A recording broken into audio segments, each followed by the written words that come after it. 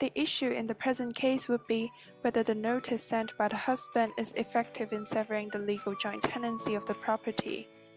The law on severance of legal joint tenancy would be first to look at Section 8.1 of the CPO. According to Section 8.1 of the CPO, a joint tenancy of an estate or interest in land may be severed at law only by a notice served by a joint tenant on the other joint tenants or by an instrument. Then Section 62.1 of the CPO further provides that the notice must be in writing.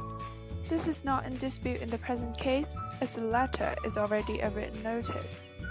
Also, Section 62.3 and 4 provide that the notice can be sent by post or left at the last known place of abode or business in Hong Kong of the other joint tenants.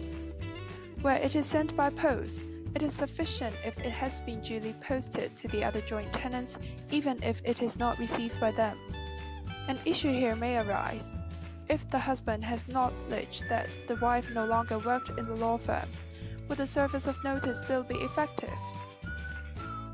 In a UK case, Harlem and Kessner, the court held that service in that case was valid.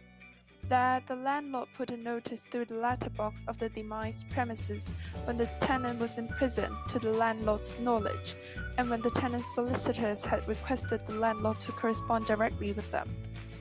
The court in Kinch and Bullard affirmed this position, that even though the sender knew that the addressee was in prison at that time, the service of notice was valid.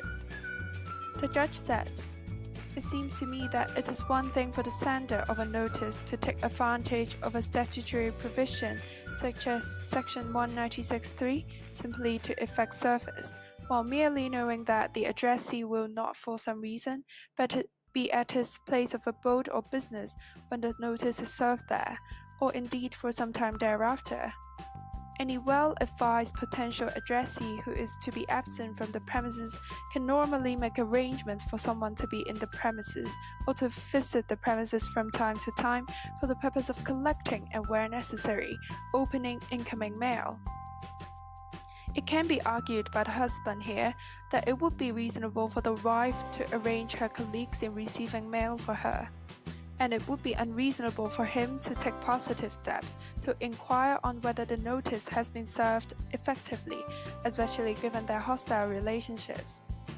Coming back to the issue whether the notice is effective in severing the joint tenancy, the law here is that, according to the case Harrison-Goddard, the written notice must express a desire to sever immediately and not a desire to sever at some point in the future. In this case, since the husband has expressly mentioned that the notice is effective 3 months from the date it sent the notice, it does not constitute an effective notice to sever the joint tenancy, and therefore the husband and wife still hold the property as joint tenants.